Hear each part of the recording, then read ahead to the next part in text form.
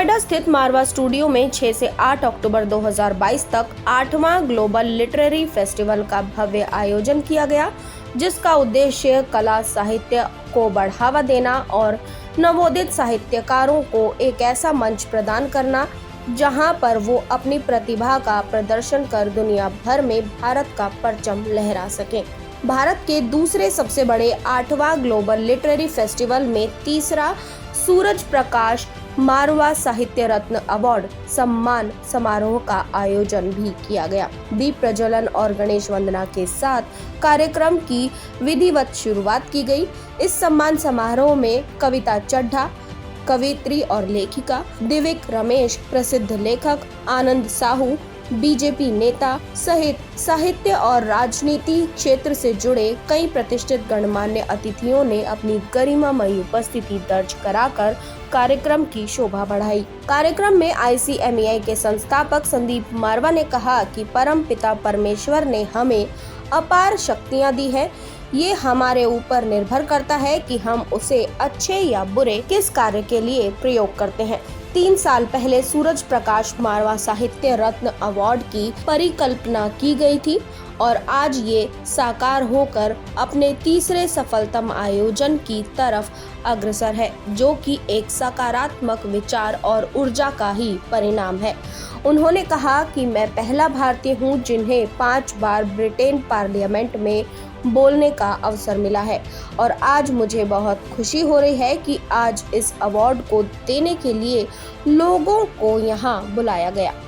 इस कार्यक्रम में डॉक्टर VL गौर, संस्कृत और हिंदी कवि, डॉक्टर भुवन लाल, लेखक और फिल्म मेकर, श्रीमती अलका सिंह, कवित्री, प्रोफेसर डॉक्टर शालिनी वर्मा, लेखिका श्रीमती रूपा सिंह, लेखिका डॉक्टर सुनीता, लेखिका श्रीमती उर्वशी अग्रवाल, उर्वी, प्रकाशक और कवित्री श्रीमती सानिया इमामदार, श्री पवन कुमार कवि को अपने अपने क्षेत्र में साहित्य के लिए उत्कृष्ट कार्य करने हेतु सूरज प्रकाश मारवा साहित्य रत्न अवार्ड से सम्मानित किया गया। इस कार्यक्रम में मारवा स्टूडियो द्वारा प्रकाशित न्यूज़लेटर का विमोचन भी किया गया। कार्यक्रम में उपस्थित और पुरस्कार प्राप्त सभी लोगों ने संदीप मारवा जी द्वारा साहित्य के क्षेत्र में किए जा रहे कार्य की सराहना की और कहा कि संदीप मारवा जी विश्व के सांस्कृतिक एम्बेसडर हैं। कार्यक्रम के अंत में सुशील भारती द्वारा उपस्थित सभी गणमान्य लोगों का धन्यवाद किया गया। ये एक तरह से मैं कहूँगा कि बहुत बड़ी उपलब्धि है नोएडा की, नहीं पूरे विश्व की, कि यहाँ पर मारवा स्टूडियो में इतना अच्छा आयोजन किया जाता है जो साहित्य, फिल्म और तरह के जो डिसिप्लिन है उनसे जुड़ा हुआ। संदीप मारवा सर के बारे में क्या कहना चाहेंगे आप? जमीन से जुड़े हुए आदमी, बहुत ही ऊर्जावान, बहुत ही प्रेरणादायी व्यक्तित्व, यानी मैं इस उम्र में भी उनसे प्रेरणा ग्रहण करता हूँ, ऊर्जा ग्रहण करता हूँ, इससे आप अंदाज़ा लगा सकते हैं। और इतने अध्ययनशील हैं, इतना अपने विचारों में इतने स्पष्ट है कि आप लोगों के लिए तो मैं सोचता हूँ बहुत बड़ी उपलब्धि है कि उनका साथ आपको मिला हुआ। निश्चित रूप से सूरज प्रकाश जो अवार्ड है, साहित्य अवार्ड, ये डॉक्टर संदीप मारवा जी का जो सपना जो उन्होंने बुना होगा, उनके पूज्य पिताश्री, वो साकार होते हुए नज़र आ रहा है। और एक साथ Asian academy of arts and जो राइटर्स एसोसिएशन ऑफ इंडिया, इन्होंने एक साथ seminar, exhibition, panel discussion, interviews, book release, presentation, workshop, award ceremonies, press reviews, documentation, theatre shows, इतने सारे इवेंट एक साथ करना only possible with doctor Sandeep Marwah and his team and his studio and his students and all innovation and art and culture। मैं कहता हूँ कि भारत के लिए इससे बड़ा गौरव का कोई स्थान नहीं हो सकता है, जिसमें साहित्य के साथ साथ आर्ट एंड कल्चर और अपने सांस्कृतिक विरासत को पुनर्जीवित करने का काम डॉक्टर संदीप मारवा और उनके टीम कर रहे हैं, उनका इंस्टीट्यूशन कर रहा है। 4 साल पहले हम लोगों ने एक कमेटी का गठन किया था, जिसके अंतर्गत हम लोगों ने ये विचारधारा तैयार की थी कि हमें एक ऐसा साहित्य रत्न अवार्ड तैयार करना है ताकि जो हम लोग उभरते हुए नहीं बल्कि पके हुए, जमे हुए और जिन लोगों ने बेहतरीन साहित्य में काम कर लिया है उन्हें इस अवार्ड से सम्मानित किया जाए। और इससे बढ़िया काम और क्या हो सकता था कि मैं इस अवार्ड को अपने पिताजी का नाम दे सका, सूरज प्रकाश मारवा साहित्य रत्न अवार्ड, जिसका आज अभी ये कार्यक्रम खत्म हुआ है। 9 लोगों को इस बार पिछले साल की तरह सम्मानित किया गया है। इन 3 ही सालों में इस अवार्ड का जो महत्व है वो हमारी सोच से भी आगे निकल चुका है।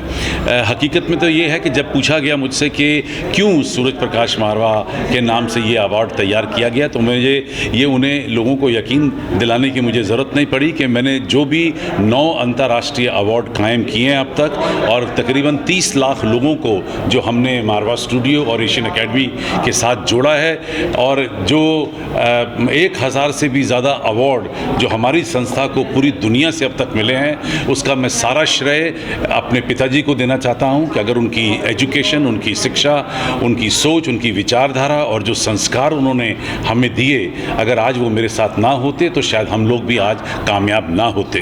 तो मुझे ऐसा लगा कि मुझे कई साल लगे ये सोचने के लिए कि क्या मैं इतना काबिल हूँ कि क्या मैं उनके नाम का अवार्ड शुरू कर सकता हूँ। जब मुझे 3 साल पहले ये यकीन हो गया कि हम लोग अब कुछ कर सकते हैं, तो मैंने उनके नाम का ये अवार्ड शुरू किया है। मुझे खुशी है कि अवार्ड लेने वाले खुद बहुत बड़ी बड़ी ऊंची पदवी को अब तक ग्रहण कर चुके हैं। जी, मैं सविता चड्ढा हूँ और आज मुझे सूरज प्रकाश मारवा साहित्य रत्न सम्मान में मुख्य अतिथि के रूप में जो आमंत्रित किया गया है, मैं इस पर बहुत खुश हूँ।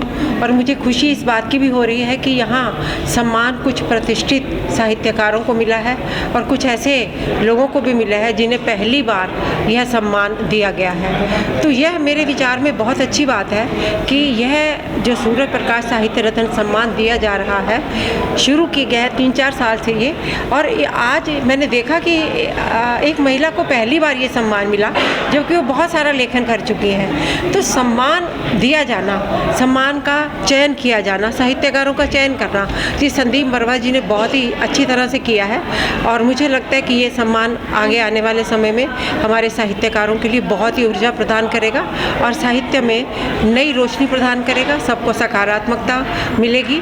और मैं संदीप मारवा जी का बहुत आभार प्रकट करती हूँ कि उन्होंने इस महत्वपूर्ण अवसर पर मुझे आमंत्रित किया और सम्मान देने के लिए मैं भी मंच पे उनके साथ रही।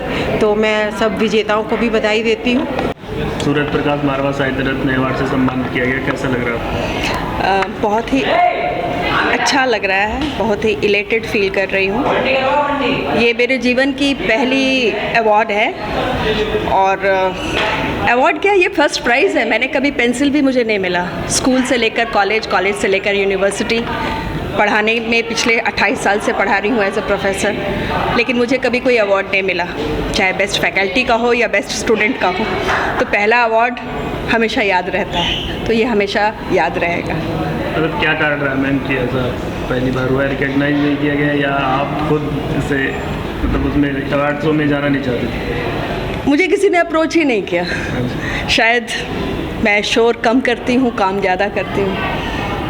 लिखना तो मैंने 9 साल से ही शुरू कर दिया था। जैसा कि मैंने बताया कि मेरे न्यूज़पेपर अंकल जो थे, जो न्यूज़पेपर पहुंचाते थे, मैं उनको लिख के दिया करती थी। इतनी नासमझ थी।